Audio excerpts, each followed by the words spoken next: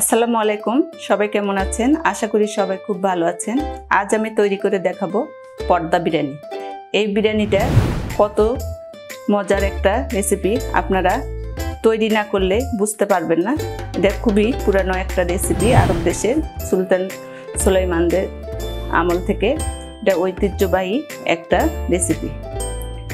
সবাই যাতে রান্না করতে পারে সেইভাবে সহজভাবে আজকে আমি এই রেসিপিটা আপনাদের সঙ্গে শেয়ার করব গ্যাসের চুলায়।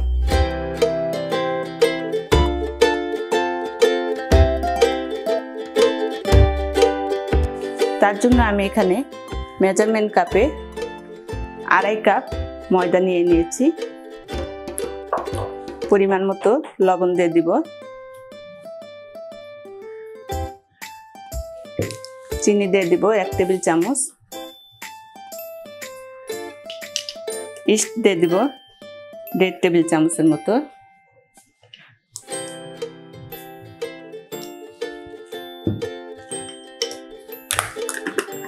সবগুলো উপকরণ একটু হাত দিয়ে মেখে নিব। তেল দিয়ে দিব 2 টেবিল চামচের মতো, আবারও সবগুলো উপকরণ একটু হাত দিয়ে মেখে নিব।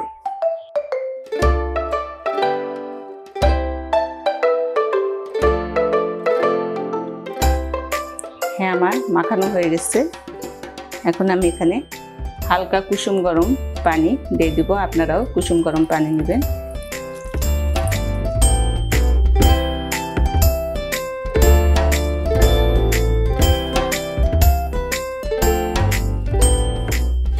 হ্যাঁ, আমার পর্দার জন্য ডোটা রেডি। এটা আমি ঢেকে একটা সাইডে রেখে দিব 1 ঘন্টার জন্য।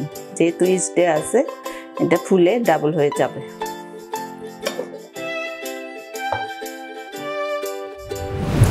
আজকে এই পর্দা বিরিয়ানিটা আমি গরুর মাংস দিয়ে করব, এই জন্য আমি রেগুলার সাইজ করে কেটে নিয়েছি মাংসগুলোকে। এটা আমি এখন একটু ম্যারিনেশন করে নেব। 1 টেবিল চামচ আদা বাটা, 1 টেবিল চামচ রসুন বাটা দিয়ে দিলাম।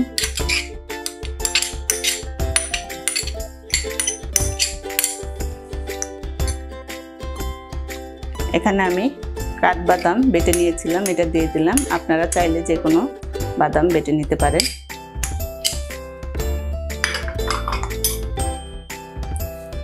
কাঁচামরিচ বেটে নিয়েছিলাম 2 টেবিল চামচ দিয়ে দিলাম। তো কাঁচামরিচই দেওয়ার চেষ্টা করবেন, লাল মরিচের গুঁড়াটা আসলে এই বিরিয়ানিটাতে ভালো লাগে না, জন্য কাঁচামরিচটাই দিবেন। আর এখানে গরম মশলা গুঁড়া নিয়েছিলাম 3 টেবিল চামচের মতো, এটা দিয়ে দিলাম। একটু আমি হাত দিয়ে সুন্দর করে মেখে নেব।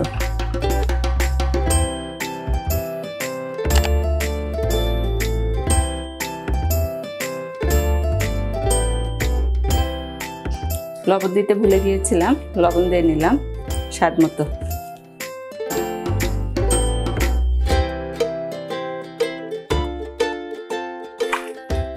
বেশিক্ষণ ম্যারিনেট করে রাখতে হবে না, 10 মিনিটের মতো আমি রেখে দেব। চুলায় একটা প্যান বসিয়ে দিয়েছি, এনে তেল দিয়ে দিব পরিমাণ মতো।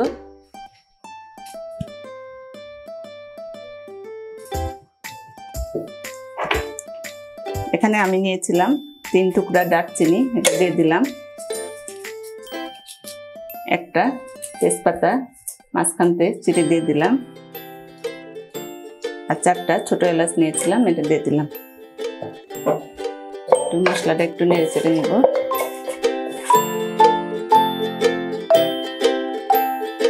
পেঁয়াজ নিয়েছিলাম 4টা বড় সাইজের, দিয়ে দিলাম।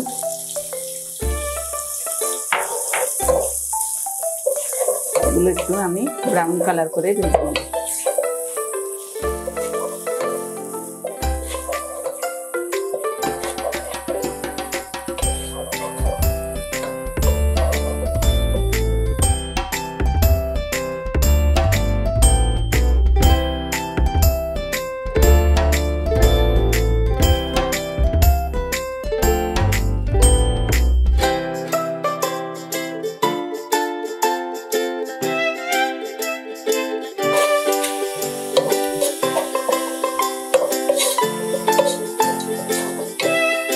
পেঁয়াজটা আমার ভাজা হয়ে গেছে, দেখতে পাচ্ছেন ব্রাউন কালার হয়ে এসেছে। এখন আমি মাংসটা এর মধ্যে ঢেলে দেব।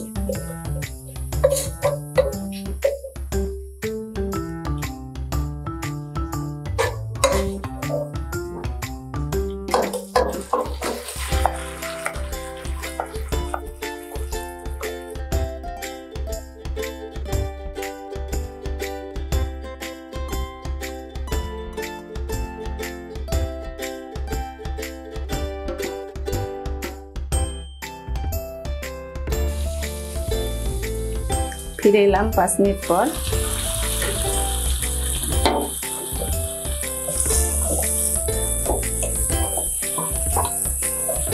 মাংসটা আমি প্রায় 10 মিনিটের মতো কষিয়ে নেব।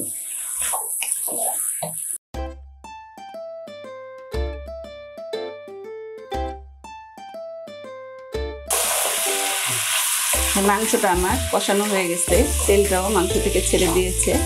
এখন আমি সিদ্ধ হওয়ার জন্য মেজারমেন্ট কাপে 3 কাপ পানি দিয়ে দেব। আমি এই বাটিটা ধুয়েই পানি দিয়ে দিলাম।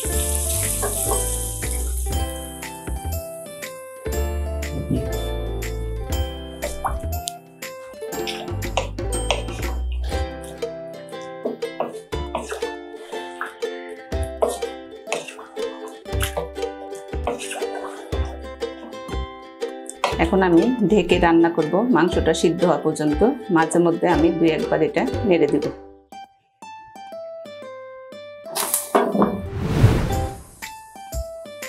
এই মাংসটা আমি দেখে নিব।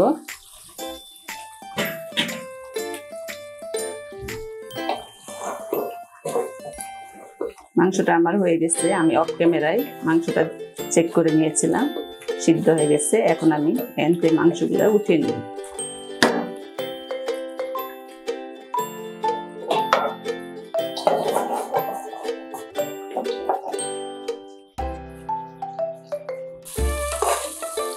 মাংসগুলো আমার উঠানো হয়ে গেছে।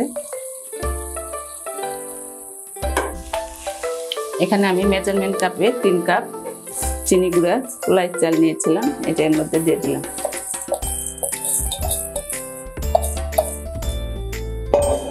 এখন আমি এই মশলার সঙ্গে ভালো মতো নেড়ে চেড়ে মিশিয়ে নিব।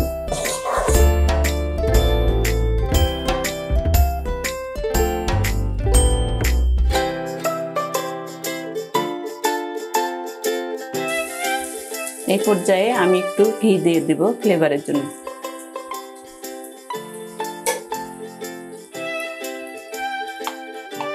আমি 1.5 টেবিল চামচ ঘি দিয়ে দিলাম।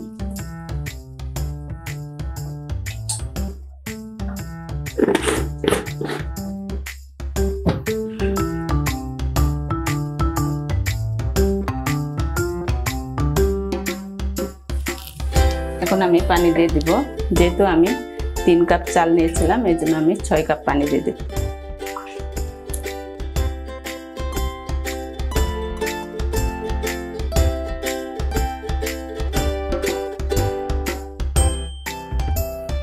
লবণ দিয়ে দিব পরিমাণ মতো।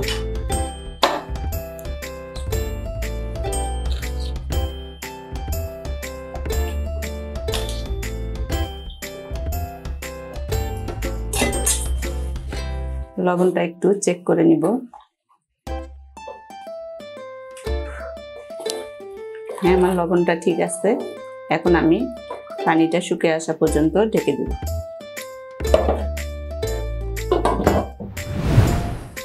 দেখে নিব। হ্যাঁ, পানিটা আমার টেনে গেছে, একটু নেড়ে দিব।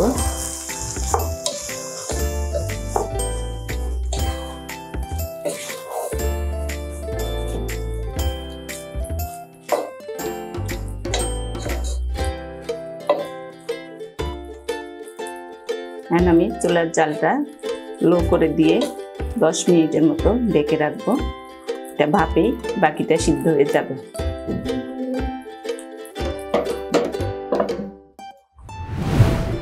ফিরে এলাম 10 মিনিট পর।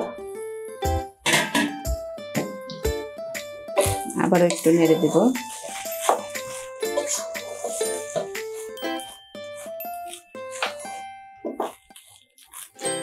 এটা আমার সিদ্ধ হয়ে গেছে। এখন আমি একটা ছড়ানো পাত্রে উঠাই নিব, নিয়ে এটা পুরোপুরি ঠান্ডা করে নিব।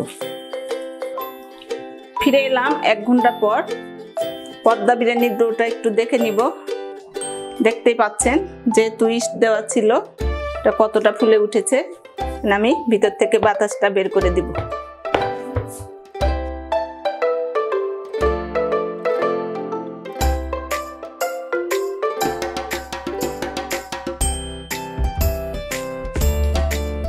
আমি পর্দাটা রেডি করে নিব। একটু ময়দা দিয়ে নিলাম।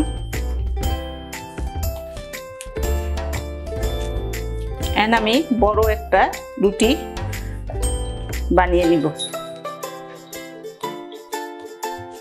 আমি যে প্যানে পর্দা বিরিয়ানিটা তৈরি করব সেই প্যানে ডাবল করে আমি রুটিটা বেলে নেব। একটু ময়দা ছিটিয়ে নিলাম।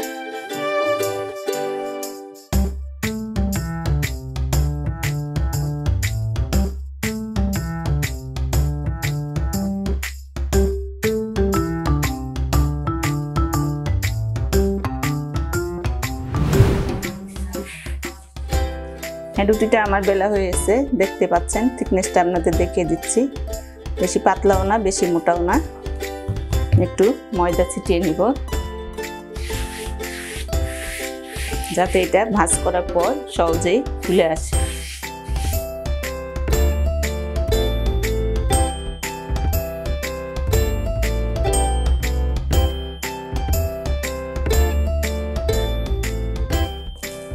আমি যে কড়াইয়ে এটা কুক করব সেই কড়াইতে আমি একটু তেল ব্রাশ করে নিলাম।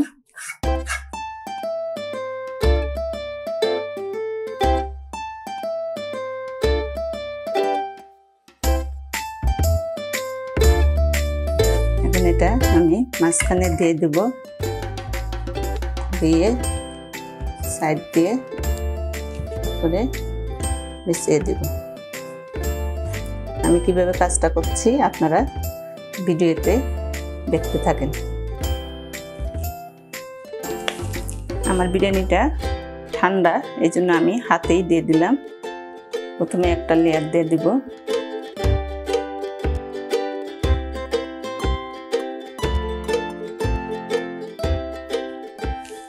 একটু কাজু কিশমিশ দিয়ে দিলাম।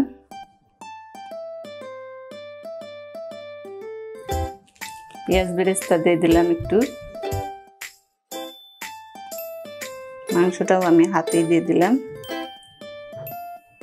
আপনাদের মাংসে যদি হাড় থাকে সেগুলো মাঝখানে দেওয়ার চেষ্টা করবেন, সাইডে দিলে রুটিটা ছিঁড়ে যেতে পারে।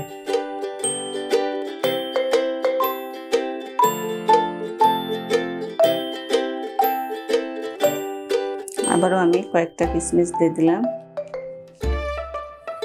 কাজু দিয়ে দিলাম।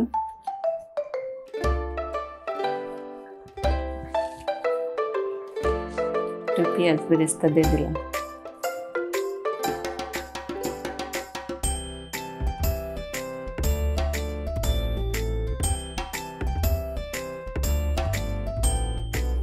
মাংসের ঝোলগুলো সঙ্গে দিয়ে দিলাম।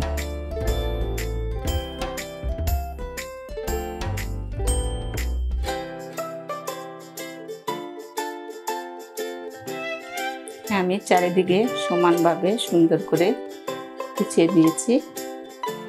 এখন আমি মুখটা সিল করে দিব।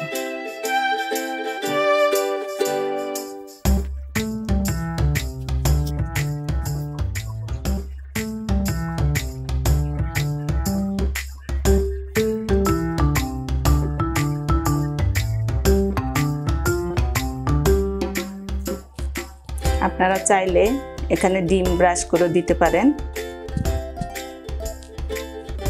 আমি যেহেতু চুলায় এটা কুক করব এই জন্য আমি ডিমটা ব্রাশ করে দিলাম না।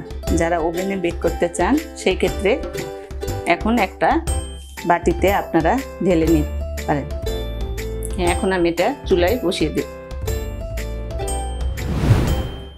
আমি প্যানটা চুলায় বসিয়ে দিয়েছি। আমি চুলাটা জ্বালিয়ে দিব। আমি মিডিয়াম লোতে ঢেকে 5 মিনিট অপেক্ষা করব। ঢেকে দিলাম। ছিদ্রটা বন্ধ করে দিলাম। ফিরে আসবো 5 মিনিট পর। ফিরে এলাম 5 মিনিট পর, দেখে নিব।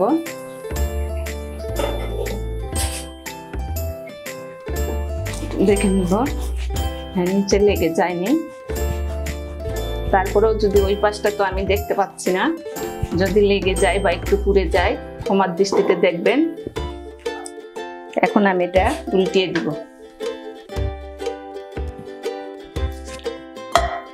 আমি এখানে একটা ফ্রাই প্যান নিয়েছি, খুবই সাবধানে এই ফ্রাই প্যানে আমি এটা উল্টিয়ে দিব। এই পাশটাও আমি উল্টিয়ে দিয়েছি, দেখতে পাচ্ছেন কত সুন্দর একটা কালার চলে এসেছে। এই পাশটা আমি, যেহেতু এই পাশটা সিল করা আছে, হইতে একটু সময় লাগবে, এই জন্য এই পাশটা আমি 6 মিনিট ঢেকে রান্না করব।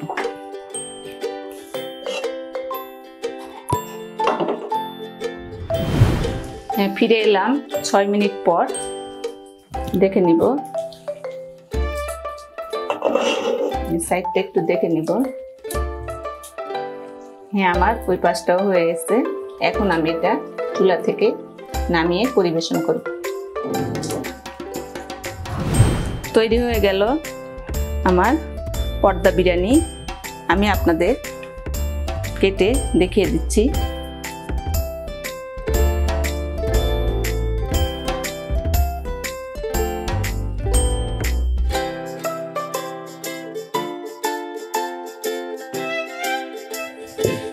দেখতেই পাচ্ছেন। আপনারা যদি বাসায় এটা রান্না না করেন তাহলে বুঝবেন না কত মজার একটা রান্না। আমি খুবই সহজভাবে আজকে আপনাদের সামনে শেয়ার করেছি। এবং চুলায় আমি একটা মাংস আপনাদের ভেঙে দেখিয়ে দিচ্ছি। দেখতেই পাচ্ছেন মাংসটা কত সুন্দর সিদ্ধ হয়ে গেছে, আর সুন্দর একটা ফ্লেভারও চলে এসেছে। যাতে সবাই এটা রান্না করতে পারেন, আমি খুবই সহজভাবে এটা তৈরি করে দেখালাম। বাসায় ট্রাই করবেন। যদি এটা রান্না না করেন তাহলে বুঝবেন না এটা কত মজার একটা রেসিপি। দেখতে পাচ্ছেন মাংসটাও কত সুন্দর সিদ্ধ হয়ে গেছে। আশা করি আজকে আমার এই রেসিপিটি আপনাদের সবারই ভালো লাগবে। যদি ভালো লাগে অবশ্যই লাইক, কমেন্ট, শেয়ার করবেন। আর এখনো যারা আমার চ্যানেলটি সাবস্ক্রাইব করেননি, আমার এই চ্যানেলটি দয়া করে সাবস্ক্রাইব করে আমার সঙ্গেই থাকবেন। দেখা হবে আবার নেক্সট কোনো রেসিপিতে। সেই পর্যন্ত আপনারা সবাই ভালো থাকবেন। আল্লাহ হাফেজ।